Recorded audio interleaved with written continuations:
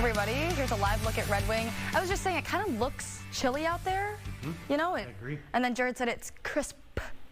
Crisp. So maybe a little glimpse at what you can expect as you get ready to head out the door today. All right, as temperatures continue to cool, many are pulling in their docks or maybe looking to winterize their boats already for the year. Yeah, but they may be missing out on some of the best times to catch fish. I sat down and talked with one walleye enthusiast from Park Rapids about tips to catch fall walleyes. How's fishing been recently? Yeah, honestly, this fall started out a little bit different. It was super warm, as you know, and that warm weather just kind of kept on going into the fall, and that kind of slowed the bite down a little bit.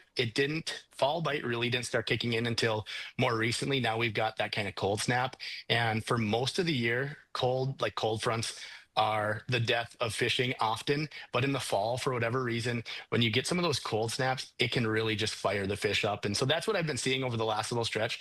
Now that cold is kind of really getting in, we're getting those water temps down. They're starting to get into some of those more prime fall patterns, and that's when the fish really start putting the feed bag on. So we're entering into a really good bite, and honestly, from now until ice up, it should be very, very good. Yeah, I was wondering what is there water temps you look for or anything like that in this fall pattern?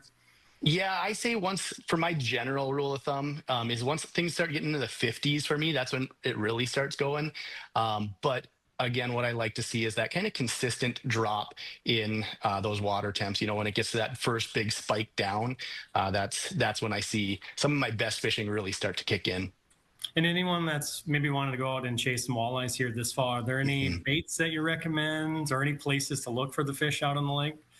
Yeah, so typically in the fall, what we see is, you know, for most of the summer, these weeds, especially we can find good green cabbage, coontail, that's holding fish. The bait is there, the walleyes are there, and that can be a very consistent pattern all summer long. Now, as we get into the fall, those weeds slowly start to die off. You know, some might hang around till winter, but those weeds slowly start to die off. And when that happens, we see that bait kind of disperse out of the weeds, and we see it push shallow, and we see it push deep is what I've found. And so when you're seeing these fish move deep in the fall, a lot of times you're looking for, you know, some of those break lines in that 20 to 30 foot range, structure in that like humps or deep points, 20 to 30 foot range. Those are holding a lot of fish right now. Another bite that gets fun is that shallow sand bite. Again, that bait will move up into that shallow sand and kind of cruise there. There you can use, you know, your electronics, your side imaging especially, drive along those shallow sand flats, and you can see pods of fish that stick out like a sore thumb. And so those are two kind of fun bites that go on right now, especially if you fish like Leech Lake or Winnie. Those shallow sand bites during the fall are some of the most fun fishing that I can have all year long.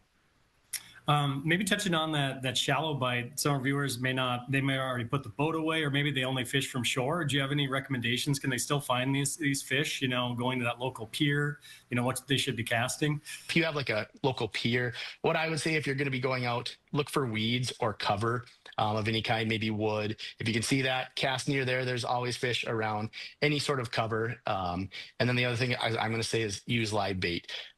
Plastics, artificials, those can work awesome certain times of year, but as a general rule, if you're fishing from shore, obviously you're not able to go wherever you'd like. So you're a little bit needing to pull out all the tricks. And so if you can use live bait, shore fishing, find that cover, find that current, and that's going to give you your best bet for sure. That's great. Where can people find you? Yeah, if you're interested in checking any of my stuff out, I actually just put out a fall walleye tips video not too long ago. But you can find me on YouTube, just TJ Erickson, and then Facebook, Instagram, also on TJ Erickson. Share a lot of just tips and videos and all that kind of stuff on there. Mostly educational stuff, very in-depth into locations and tactics, all that kind of stuff. So that's the best place to find me there.